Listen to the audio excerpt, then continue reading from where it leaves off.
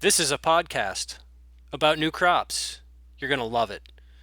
Join us on The Cutting Edge, a podcast in search of new crops for Wisconsin. We're not just connecting with the people who want to, smoke a joint at James Madison Park, right? Like this is for soccer moms, for grandmas, for veterans to really be okay having the conversation. And now we have bills on the floor and we have Republicans talking about their own situations. So like that's empowering.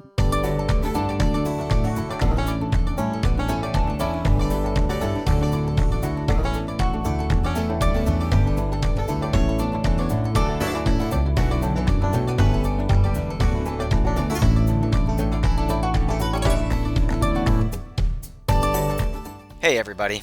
Before we jump into the episode, I just want to note that this was recorded on October 30th, and since then, the federal government passed a provision as part of the spending bill to reopen the government that essentially closes the THC loophole and criminalizes many hemp-derived products. You'll hear us talking about discussion at the federal level to close the THC loophole and ban hemp derivatives, and in the meantime, since the recording, that's exactly what happened. However, there is a 1-year implementation delay for the hemp ban, which gives Congress time to debate the provision and states to update their rules before enforcement would begin in late 2026. So that just speaks to Rob's point that the hemp industry moves at dog years. All right, enjoy the episode. Hello, and welcome to another episode of The Cutting Edge, a podcast in search of new crops for Wisconsin. I'm Stefan Mirsky, Emerging Crops Program Coordinator, and with me today is my colleague, Ann Cowenstraat. Hey, Ann, how are you doing this Hey, morning? hey, Stefan, I'm doing good, thanks. Great, Excited to be here. cool. Well, on today's episode, we're focusing on hemp regulation and bills that are making their way through the state and federal government that could have pretty significant effects on the hemp industry going forward if they were to be passed. And that's a big if. So, here to talk with us today about the bills and their potential implications are two guests. We have Shelby Ellison, who's an assistant professor in the Plant and Agroecosystem Sciences Department at UW-Madison, whose research focuses on hemp and hemp genetics. And we have Rob Pero, who's an entrepreneur, creative director, and advocate for hemp here in Wisconsin. Rob is also a member of the Bad River Band of the Lake Superior Tribe of Chippewa Indians and is a passionate advocate for the interest of Indigenous communities in cannabis. So thanks, Rob and Shelby, for joining us today. We're excited to have you here. And can you two just give a quick introduction of yourselves and say what it is you do in relation to hemp? And we can start with you, Shelby. All right, great. Well, glad to be here. Always happy to talk about hemp.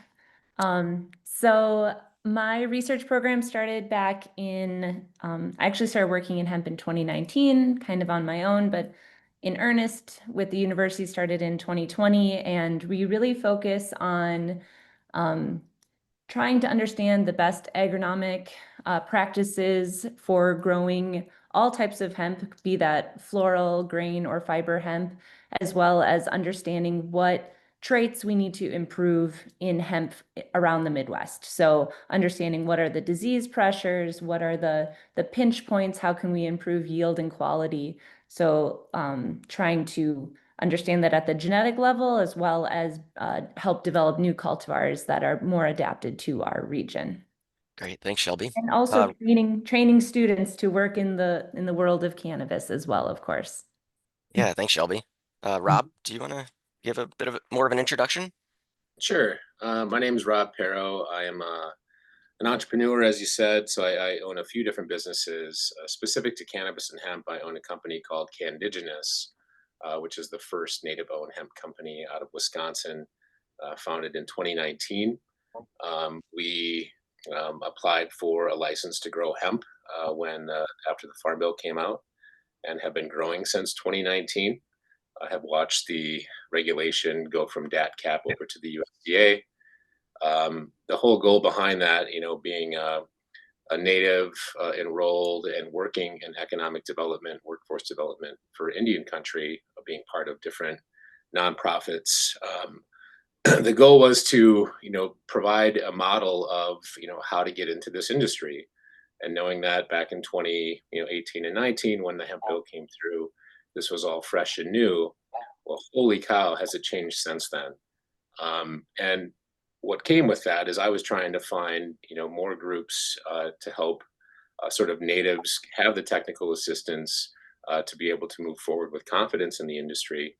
And there just wasn't a lot out there, knowing that there's so much stigma behind the plant in general, even the hemp plant. Um, Finding any sort of like chamber or trade association, there was just nothing that existed. So we and a group of others in 2022 created the Indigenous Cannabis Industry Association as a national trade association devoted to the advancement of cannabis and hemp initiatives in Indian country. So since then, I've been working in a sort of a dual role of trying to grow my business and navigate the complexities of regulation here, even in a hemp state, while we've watched, sort of cannabis and the medicine come through with Delta 8, Delta 9, Delta 10, and all these iterations of hemp-derived cannabinoids here in the state. At the same time, working with the nonprofits to help the tribes build their war chest to move with confidence in the industry, and knowing that there's basically four areas that we cover there: empowerment, policy, advocacy, and connection, which are critical components to be able to just move in this space in general. So it's been a labor of love for sure, plant medicine being at the core of it all. And it sort of has brought us here today, which is a bit of a quagmire here in Wisconsin, to say the least. Well, that's Yeah. a good segue to talking about, what is the current status of regulation in Wisconsin, and what does this quagmire look like? But first, I guess just to kind of set the scene a little bit, can one of you kind of talk about how we came to where we are today, and what the hemp provisions were in the 2018 Farm Bill that kind of got us to where we are right now?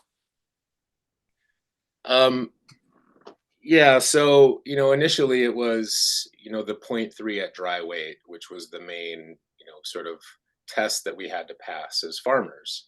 And this is when everyone was just growing for CBD, in 2018, 2019, 2020, before everything's sort of started to change with these derivatives coming out. So we started there, and if we go further back, we've been a state that just has been very conservative in regards to moving policy around medicinal or any form of cannabis.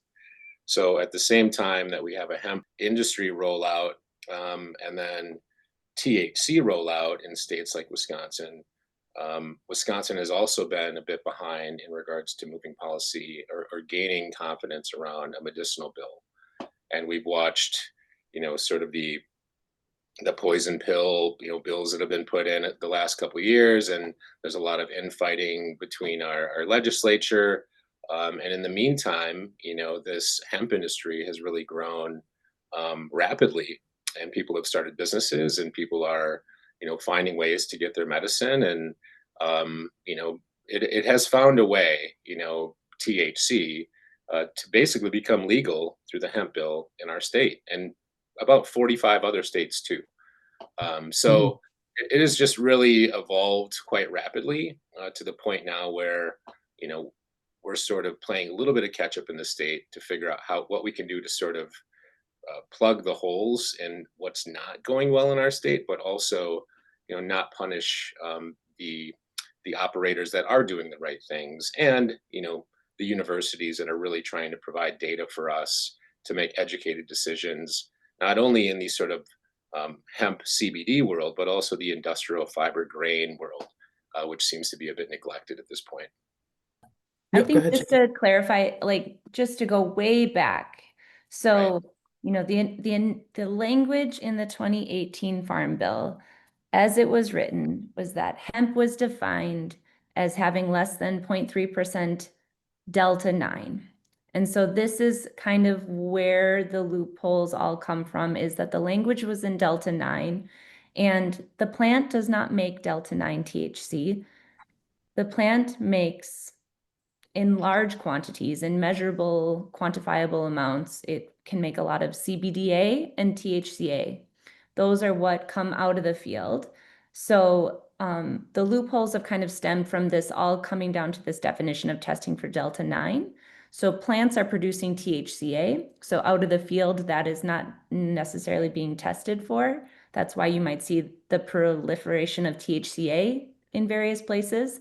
When you heat it, it converts to Delta 9. And then similarly, it was only Delta 9. So all the other derivatives, Delta 8, Delta 10, THCO, like those are all things that when you grow the plant, they come out, they are legally compliant as less than 0.3% THC, but then they are in a lab, the CBD can be converted into Delta 8 or other products. So the definition of synthetic kind of comes from that, where it's not necessarily that the plant is making the final product, but something is happening. And there's a lot of debate over what synthetic means. You know, these are things that have to be defined. It all comes down to like how things are defined and how people interpret that. So right now, all these hemp-derived cannabinoids are in this gray zone because people think they are legally compliant because the Farm Bill only mentions Delta 9 THC.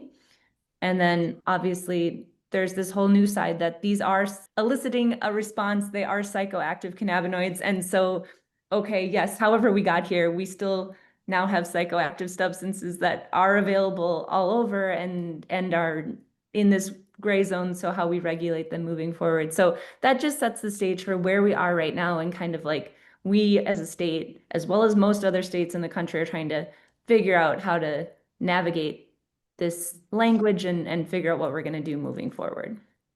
So I appreciate that kind of explanation of all those pieces, because I don't think that's common knowledge. And so what bills are currently at the state and national level that are addressing this right now?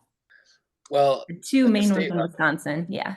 two main ones in Wisconsin, Senate Bill 499 and then Assembly Bill 606. And 499 is basically, you know, what Shelby said, sort of redefining hemp and what that total THC count would be. As she said, you know, they're not measuring or testing for THCA. It's just the zero point 0.3 of Delta 9 at dry weight when it's harvested. And that's the only test you have to pass right now. So the redefining of hemp is the main one. And the second part of that bill is how are we going to regulate these intoxicating cannabinoids once we've sort of redefined, you know, what that level of testing would look like for compliance. So those are the two main bills in the state. Federally, they're trying to shut down hemp. Rand Paul was just on a United States Hemp Council trying to defend and sort of shut down basically what would be a ban on, you know, all hemp derivatives. These are things that do pop up often, and you know, they typically, you know, with enough voices, you know, can be shut down because there's really just not enough information for either side to make, I think, comprehensive decisions to move the policy yet. So there's also millions of dollars at stake now, and millions of dollars, you know, not just in the cannabis, traditional, as they would call it, like marijuana. We don't call it that. We call it cannabis because marijuana is not a real word. But in the hemp world and this hemp cannabinoid world, there's millions of dollars again, you know, to pay lobbyists and to sort of fight for their right to stay kind of where they're at, which in some aspects is sort of the recreational or commercialization of cannabis in states where we don't have it, like Wisconsin. So, you know, it's there's a lot of things on the table right now, which I think is exciting. But there's also a lot of opinions out there right now that, in my opinion, do take away from the priority, which is providing some medicinal aspect or legislation for those who really need the medicine the most, and that's people with cancer, PTSD, seizures. You know, we had a number of those people line up for testimony last week at the Capitol. So, you know, I think when we talk about it all, there has to be some priorities about, you know, what we're trying to do first. And I think, you know, provide people access to medicine and also, you know, protect the public and protect our children. Yeah, and to piggyback off that, the main way people are proposing to kind of what is called close the THC loophole is to test total THC. So right now it's testing Delta 9. So there are ways to test total THC, which takes into consideration that THCA from the plant in the calculation. It still leads to issues with these other, things that are derived out of CBD. And that gets into the whether things are synthetic or not. So there's things that, it's not easy. And I think what Rob said is like we keep on going like way to the left and way to the right and way to the left. And things need to be very thoughtful when we make these types of new policies or laws that yeah, there has to be some sort of middle ground. It's not kind of like yes or no, because I think loopholes will continue to proliferate if you keep like having these very set in stone guidance. And more attention should be probably paid to okay, but if these things exist, like what are we doing to make sure that they're safe and people know what they're getting and that we don't have like a bunch of accidental car collisions because people thought they were taking something that was non-psychoactive and lo and behold, it was. Like, we just need to make sure that, yes, if it's going to happen, let's do it safely. And so besides the closing the THC loopholes that are happening both at the potentially federal and state by state level, Rob mentioned the Wisconsin medical cannabis bill, which is the other big piece of legislation that is being discussed right now. And that is essentially to legalize medical marijuana or cannabis. And I know we're going to discuss that a little bit. So I don't know if they want to get into that now or specific questions. Yeah, I think it's such a complex issue.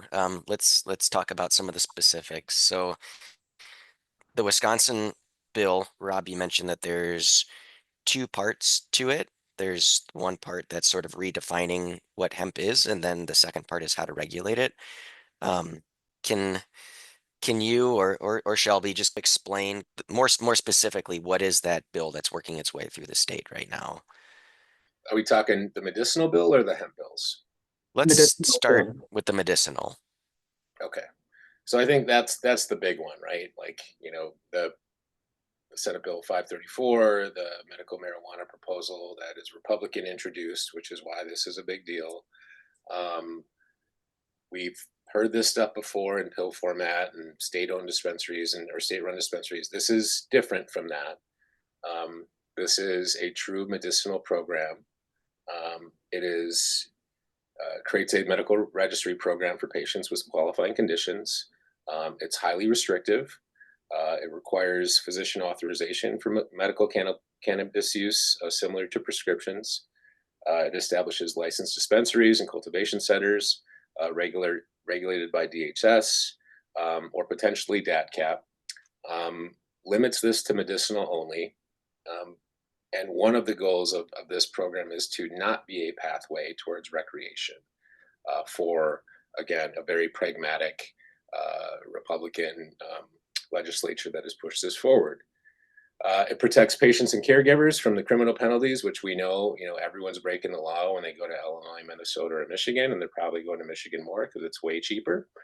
And, specifies product testing and labeling for just standards, standards that we just don't have right now, in our state.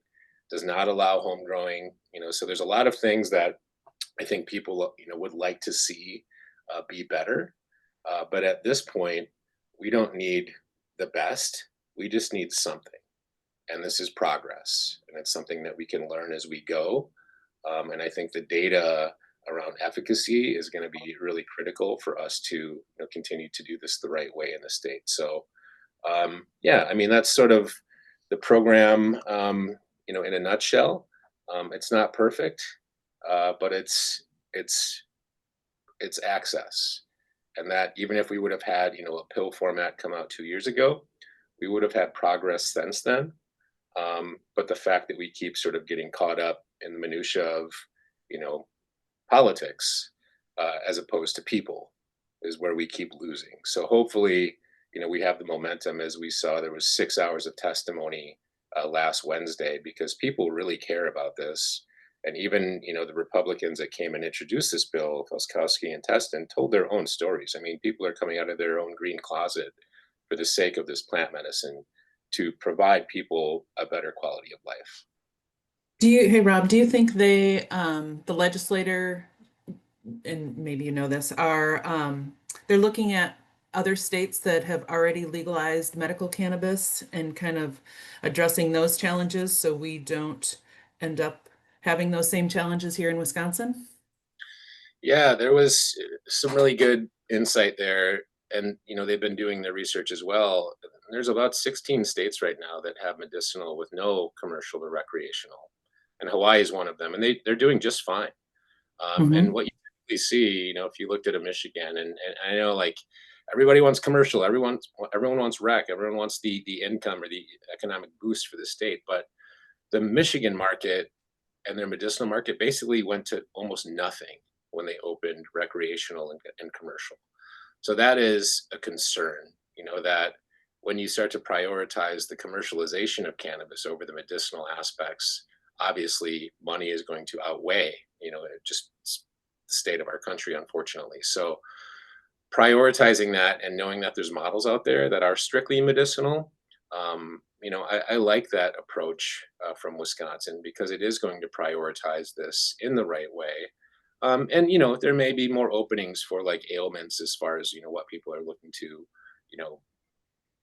consider a qualifiable or condition to be approved for. Right now, it would be highly restrictive, but Mhm. I think the priority on medicinal and the models that are out there provide at least good peace of mind for our legislators to know that this isn't sort of a landslide towards recreational. Um, so kind of building off of what you just said, Rob, say this bill passes here in the state. What do you think would change about the hemp industry in Wisconsin from growing to processing to manufacturing? Well, if we're talking about hemp, I think, golly, would I love to see farmers have another option beyond corn and soy. I think as far as like an actual crop to grow, I think there's many opportunities, but there's a blurry line there between like, again, hemp and these sort of hemp cannabinoid or psychoactive or intoxicating cannabinoids, and then industrial hemp. So I think there's two conversations there, and the industrial hemp, unfortunately, is being, um, you know, limited by, I think, just the question marks that people have about what are we growing here and what sort of testing am I going to have to do if I'm going to do 100 acres and I'm just doing it for grain. Why do I have to test for THC? So those are a lot of roadblocks for farmers to really wrap their hands around. Why would I want to grow this? Secondly, supply chain. Who's going to process it in the state, and who's going to buy it? And what does the market look like for fiber, grain, animal bedding, textiles, all these things that we know, from the university that we're working. These are all viable like commodities that we can develop and products out of hemp. But the supply chain is so basically clogged up right now because of the complexities with regulating this plant in general. It's made it really tough for the industrial hemp market to even have a chance to grow. So, what will this do to the existing sort of cannabinoid hemp market in the state with a medicinal bill? We can look at Minnesota. And Minnesota, I think, is a really good case study. Um, they had a medicinal program, and they, like Wisconsin, the hemp bill came out, and everyone was growing hemp to make CBD oil and do their thing. And then everything changed, and hemp derived THC became a thing. And what Minnesota did is decided to regulate it as it came. So they had a medicinal program, so they're a little bit further along than us. But rather than prohibit hemp and basically put people out of business or sort of take away access to medicine that was being provided, through hemp derived THC, they decided to regulate it. So they regulated hemp-derived THC while they had a medicinal program, before they had a recreational program.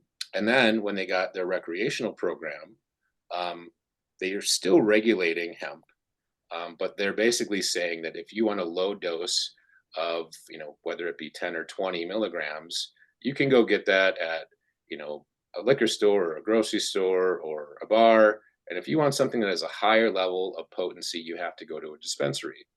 But what they haven't done is punished or prohibited, or made illegal any of these.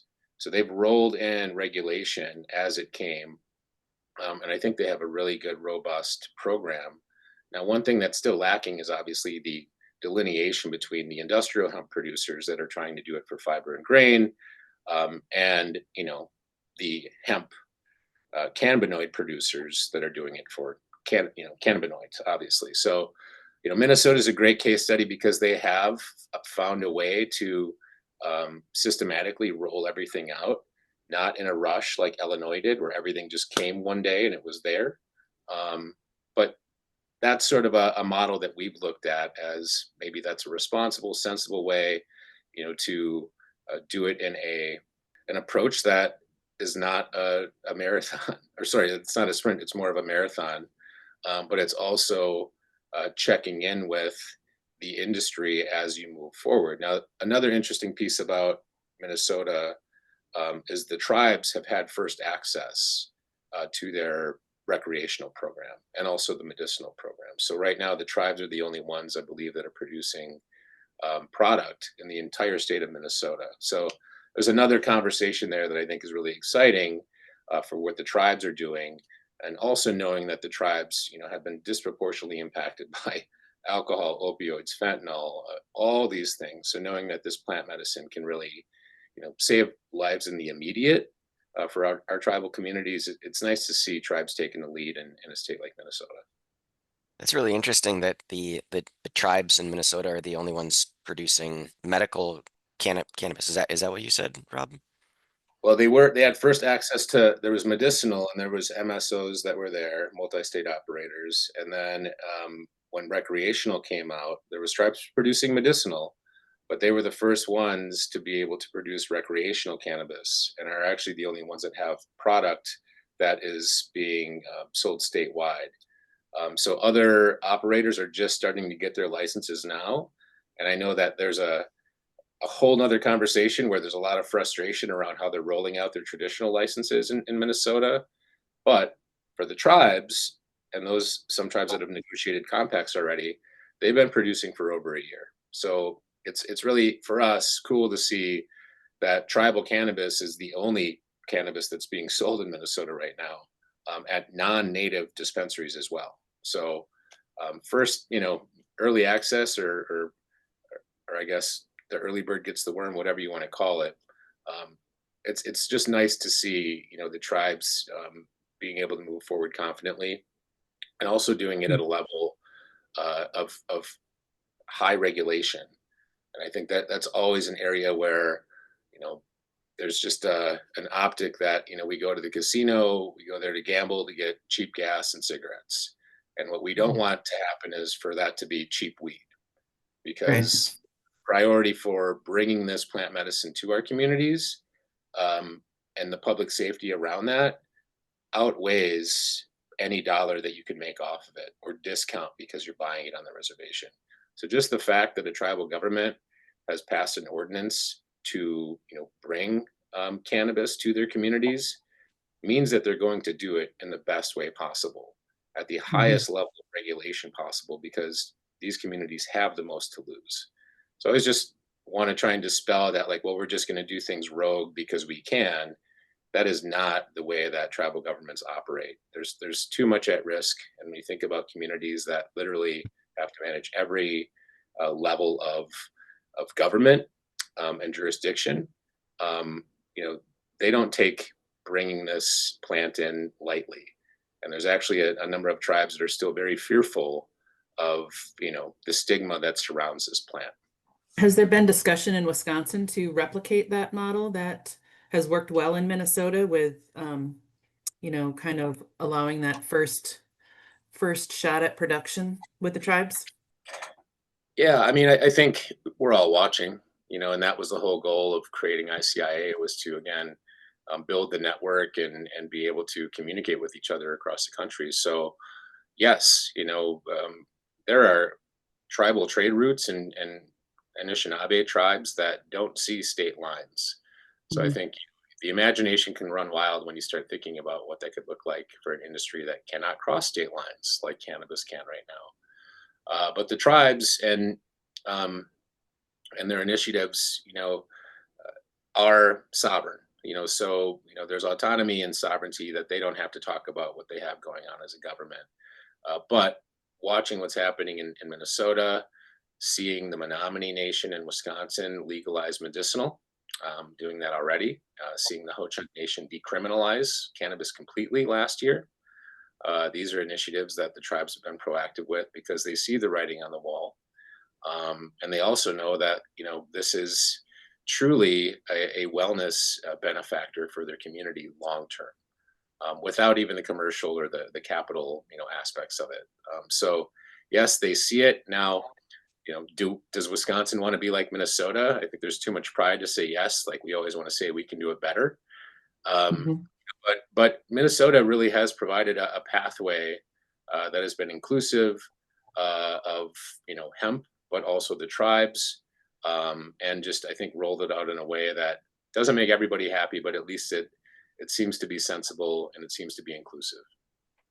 The specific medical marijuana bill right now doesn't have a certain percentage of licenses that would go to Indigenous communities or other folks who have been disproportionately affected by drug use, correct?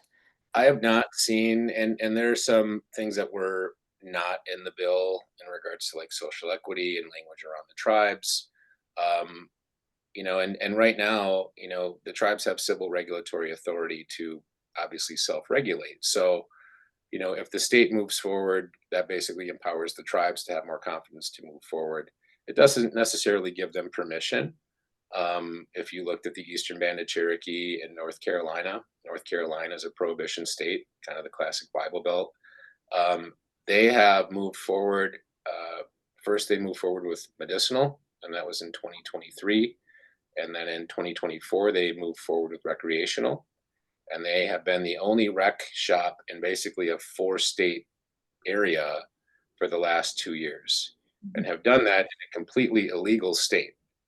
But because the tribe is sovereign and they did their due diligence to sort of be a good neighbor and invited law enforcement, invited state officials in every step of the way to show that they were doing things above board, there has been no federal raid. Now, there's been talk about uh, Pam coming and, like, doing a inspection or an audit of Eastern Band, actually of the last month, that has been talked about.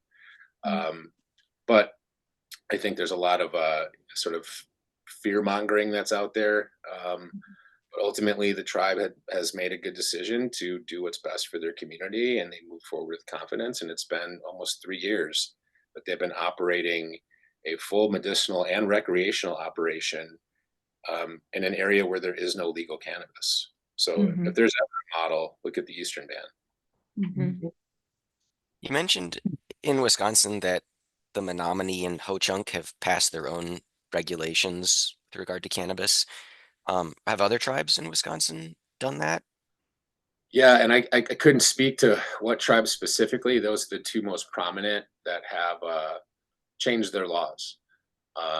And I believe LCO is working on changing their codes and ordinances. I believe LDF as well. So you'd have to. I can't speak for those tribes specifically, but I know of the two that I spoke of, that those were pretty prominent milestones, specifically for tribes in the state. When you think back to 2016, the Menominee Nation got raided for growing hemp, like literally machine guns and helicopters. So this is not that long ago. But again, the things are moving so rapidly, and they do say that the hemp and cannabis industry move at about 7x. So it's like dog years. Mhm. So that was like 35 years ago, basically, or longer. One thing I think that's interesting is I work with LCO. We have a research project together. We've been collaborating for about 5 years there, and we've worked with Ho Chunk to run hemp variety trials. So different tribes have their own hemp license to grow. So, when it became federally legal in the Farm Bill, they got their own license, like independent of Wisconsin. So like LCO had their own independent license, and they have continued to update that even as we move to the federal program in Wisconsin. And other states, so another thing that other states have done is they have at least rewarded hemp growers with early access to initial med or rec licenses, which is another way I think that like a different way of getting at the equity. A lot of tribes have been very eager to get the licenses. They have hemp licenses. Other people who lost a ton of money on the CBD craze that were very eager to start growing, learned how to grow cannabis for CBD, which is essentially the same as growing for other cannabinoids. Those people lost a lot of money potentially in 2019 and 2020. So one thing I've seen in places like New York is those are the first access license for if a med or rec program comes in. So that's another way to kind of go about making sure that the order is fair, how licenses are distributed.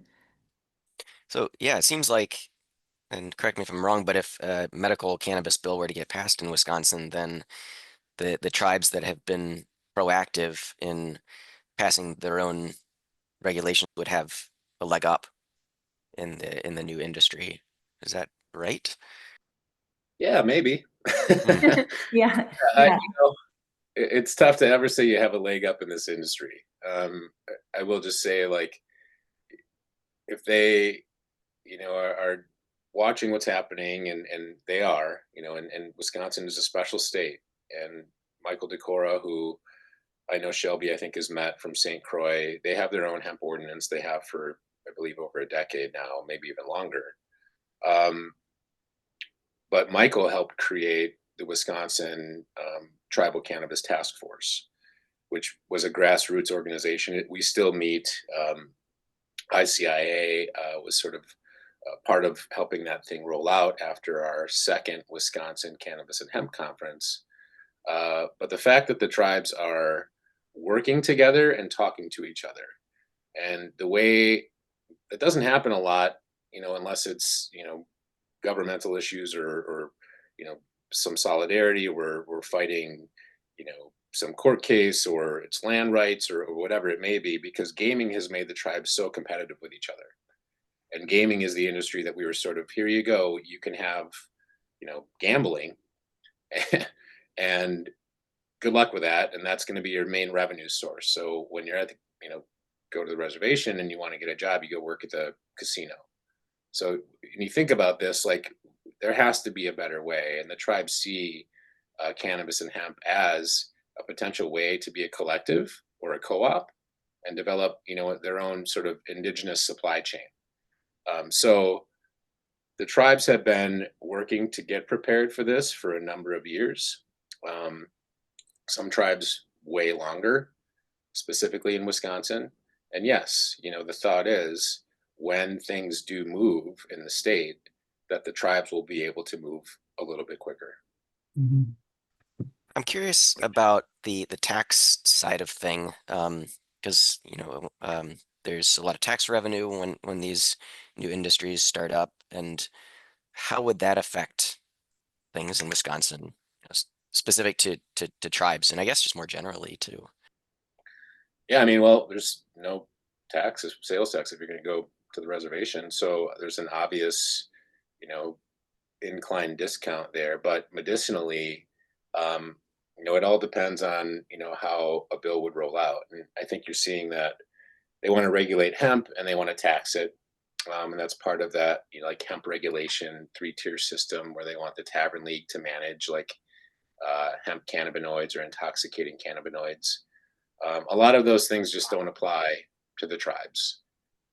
Whatever business is being done, on tribal lands, is not susceptible to those regulations. Now, if the tribes wanted to do that, and I'm not an attorney, right? But just like understanding, um, you know, the business that's done on tribal land is their business. Whatever is being done off tribal land is obviously susceptible to state regulation, taxes, things like that. But there's an obvious advantage that the tribes have by doing business on tribal land.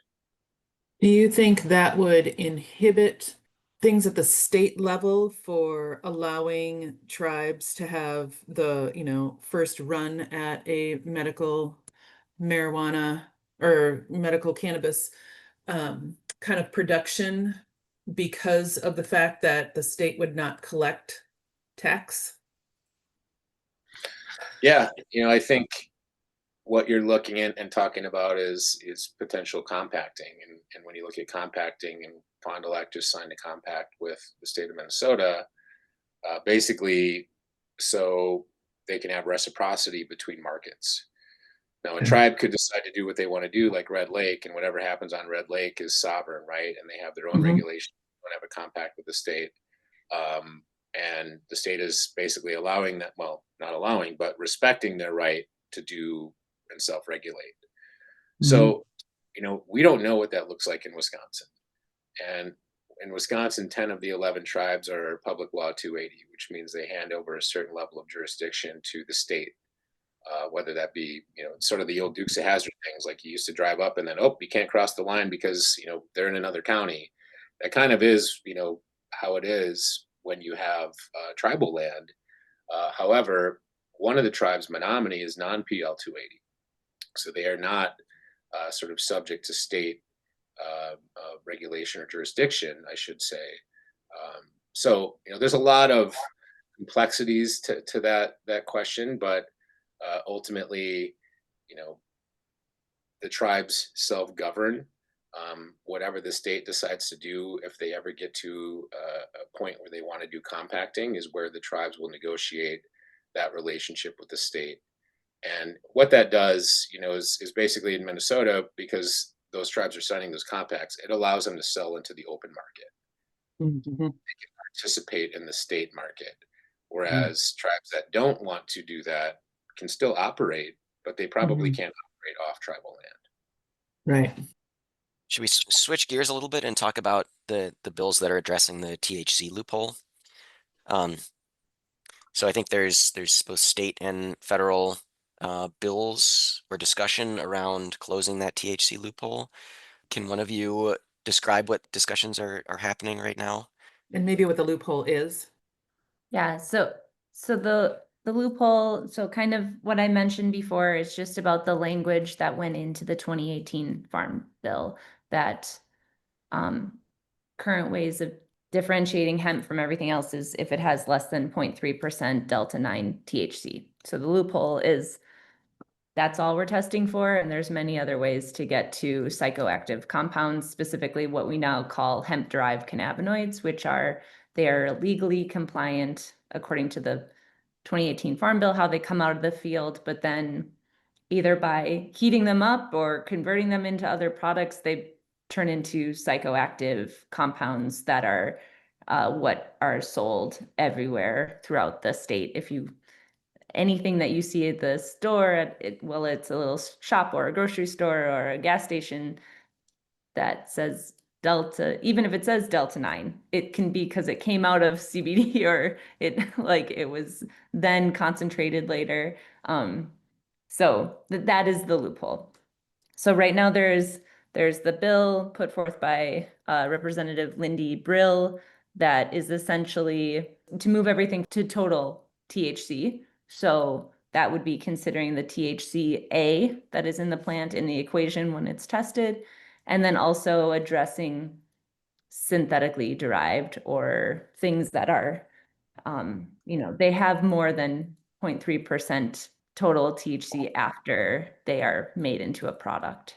And the same thing is happening at the federal level. There's discussion about So we are due for a new farm bill, folks, but when that ever comes out, but there is the opportunity in the new farm bill to change the language of what hemp is, how it is tested, what percent is the legal threshold. So those conversations are underway, and I hear murmurings every week about what could be in there, and it's always a who knows until you actually see the final language. There's discussion. I mean, we talked about the difference between industrial hemp and these other types of, more medicinal or recreational types.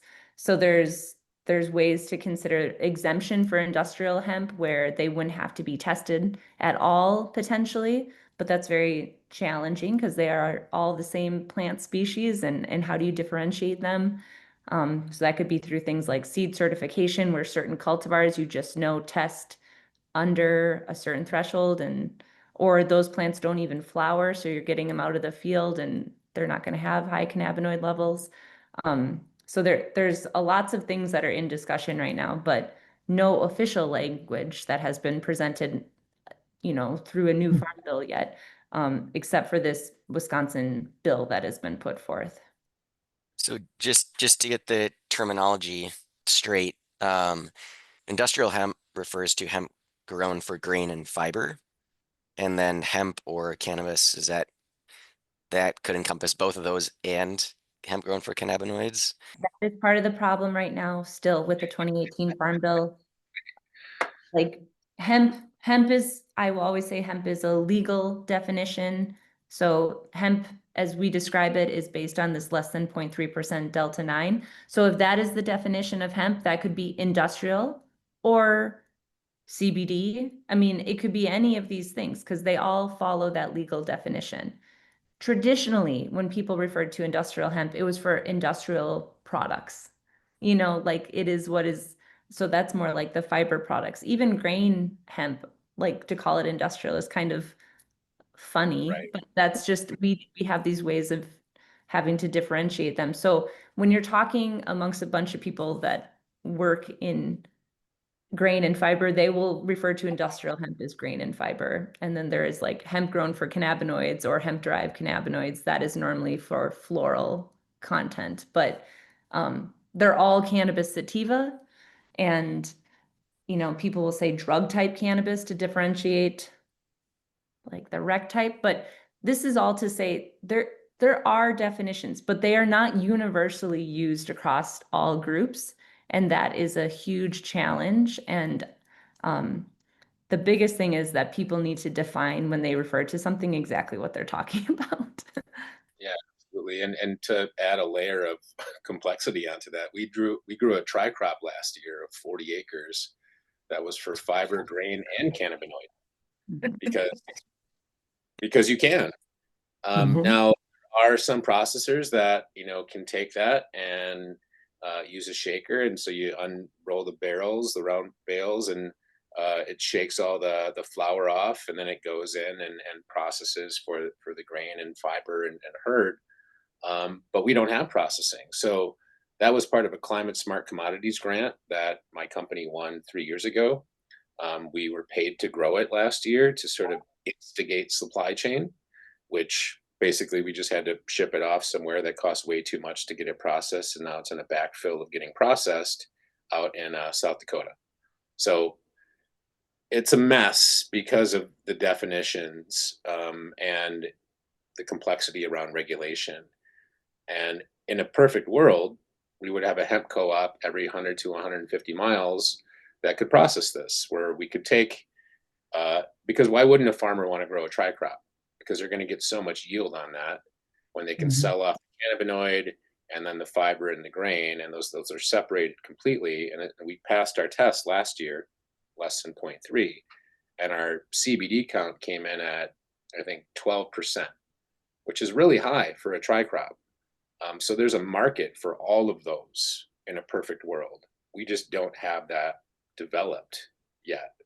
So again, the issue with developing industrial hemp is the buyer's market first, understanding why that's not happening, why lumber companies don't like hemp, why oil companies don't like hemp, all the different reasons that, we're not going to necessarily fit into that manifold right now. But the confidence around a farmer just to grow, even have a cover crop, uh, is what will help when the definition of hemp is redefined and it separates industrial hemp fiber grain outside of that um, cannabinoid field. Even though, like I said, we'd love to grow a tricrop, but I think for the sake of sanity, there has to be a separation between those at this point. Yeah. Yeah, it's a lot of risk for someone. Like when you're trying to encourage someone to do something new, there's so much risk. And like to get a license to somehow feel like you're doing something criminal because you're trying to like diversify agriculture and make a new, revenue stream. And it's like, yeah, we're not, you don't want to put that much risk on it as what comes with just growing hemp for fiber, where you don't get you harvest before it flowers if you're growing for a true fiber crop. So it's definitely something that is causing limitations, I think, in people being bold and trying new things. Yeah, I hadn't heard of tri-use hemp before. I'd heard of dual use, but just curious. I mean, do you think the industry is headed more towards like the dual and tri-use, or is it more kind of specialized single-use varieties? Well, I mean, it depends on who you talk to because um, there's processors out there that can handle it, but only in specific regions. So you're Mhm. seeing like Texas and like the Panda hemp operation is massive. So it just all depends where you're at. And it's unfortunate because Wisconsin was one of the top hemp producing states until, about the 50s. We were like, this is a great state to grow hemp in. But we haven't done it for 70 years now, and just the understanding and as Shelby said, the fear surrounding like you have to go through like a federal background check and potentially like get poached. Like we've been poached. Our CBD fields have been poached by people who think this is like cannabis, and so it's like, do you need to get cameras? Do you need to like put a fence up? Like there's a lot that goes into the thought process where when it really shouldn't. When you should be able to get seeds from a certified seed provider, know that there's no THC in them. You're growing something that probably doesn't even look like, because there's no flower, it's not going to look like that. It might still smell, which was pretty cool that like within 2 miles of our farm it just smelled so good. But anyway, yeah, just a lot of red tape. I have been able to find, so I had a project looking for ditchweed or feral cannabis, and I've actually been able to find fields based on smell before, which I think makes me like some sort of like that could be a useful skill. I'm like a drug dog. Somehow I can smell hemp fields or ditchweed from far away. Mhm. Well, yeah, one of our final questions was going to be a sort of crystal ball question of where do you see the hemp industry going? So I don't know if that's even worth asking because it's so complex, but maybe I'll throw it out there and give you a chance to answer it. I can go real quick. I think there's a few things to talk about. Like, where is cannabis going to be in Wisconsin? In a couple years, I think is the question, and that's that is hemp and medicinal. It is one plant, but what we would love to see is based upon the way the legislature works and the politics behind it. We're going to have to like compromise at some point and support a restricted bill, because it really is. It's just been too long, and there's so many people that are suffering out there, and we're criminalizing people in our own state that are using it for medicinal reasons in other states. So it's just silly. So I'd say within the next 2 years, we have a medicinal cannabis program in the state, and whether that everything happens this spring or it ends up being the fall. It's not something that like, oh shucks, it didn't happen right now, we're just going to stop, because we know that we need it. The definition of hemp and the regulation of hemp, that has to come with it, and we know that. and then the separation of industrial hemp. So, what I would love to see is, regulation in our state that's better than what it is now in the next 2 years, and some incentives for farmers to be growing hemp for fiber grain, cover crops, um, carbon sequestration, all the things that we know that this plant can do, that can be a really big incentive for farmers to switch up what they've been doing for years. And we read about it in the paper all the time. Farmers are struggling right now and looking for new revenue streams, and that can also be processing. That can also be testing in our state. That can be distribution.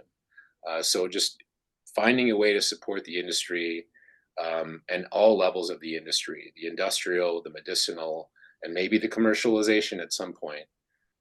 But I think Wisconsin's doing a good job. They're wrapping their arms around it now. We have real things to talk about that aren't perfect, but something's better than nothing. So I think in 2 years you're going to see some refinement of these things take place with a true blue medicinal program in the state, and more farmers growing industrial hemp for fiber and grain, and a regulated hemp market that is not allowing 50 milligram drinks to be sold at a gas station right next to a Celsius. Those things scare me, and Mhm. I'm happy that we're able to take a look in the mirror right now and do better. Again, as our mantra for Wisconsin is forward, right? And everyone set it down at the testimony. Like, we have to find a good way to move forward together, with a little bit more transparency than we've ever had before, because someone's going to get hurt, someone's going to get arrested, people are going to have a lack of medicine that they need, and that costs lives, and that's trauma. And what trauma does is it still adds to stigma unless we can look it right in the face. So again, progress is a good thing. We learn as we go. So I think we'll be in a better place in 2 years. Let's hope so. Anything to add, Shelby, before we wrap up the discussion on regulations?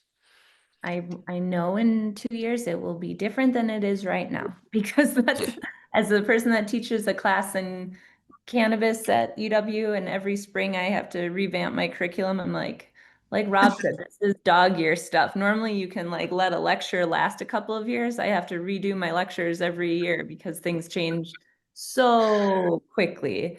And yeah, it's so quickly, but I completely hope, and I think it is true, that yes, things will be better regulated, and hopefully people will know more.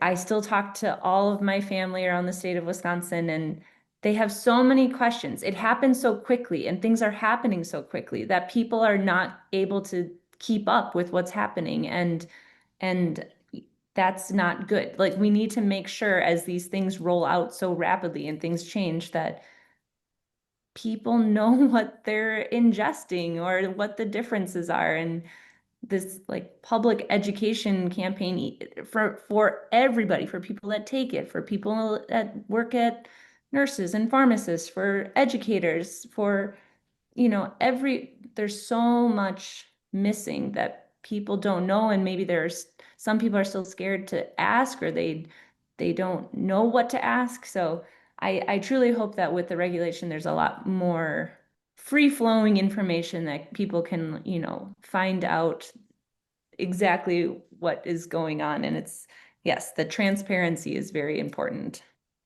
I agree 1,000%. And thanks for teeing that up a little bit, Shelby, because what we did was we created the Wisconsin Wellness Coalition to be that platform, to be that group that is doing this responsibly, professionally, in a way that, we're not just connecting with the people who want to, smoke a joint at James Madison Park, right? Like, this is for soccer moms, for grandmas, for our veterans, to really be okay having the conversation.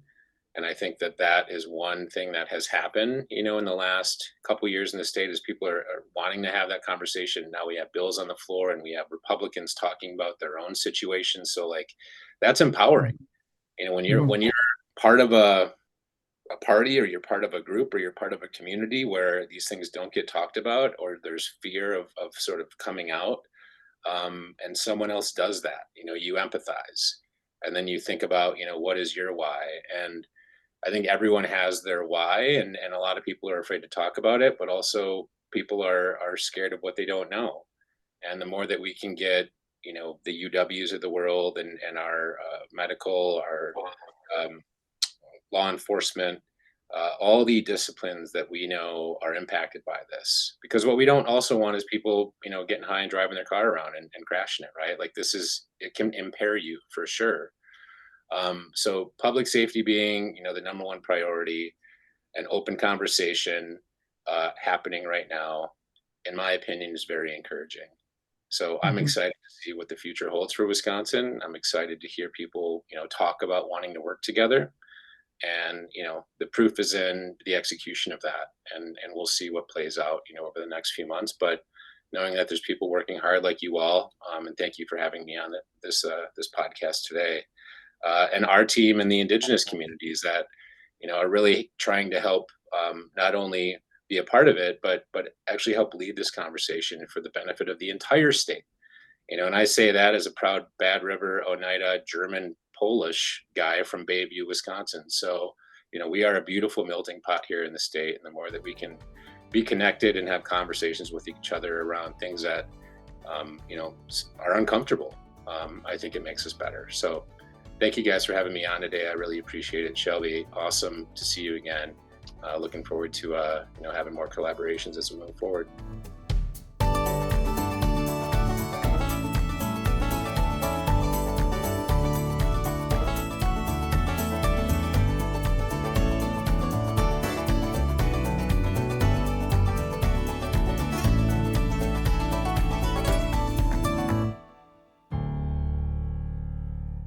Brought to you by the University of Wisconsin-Madison Division of Extension.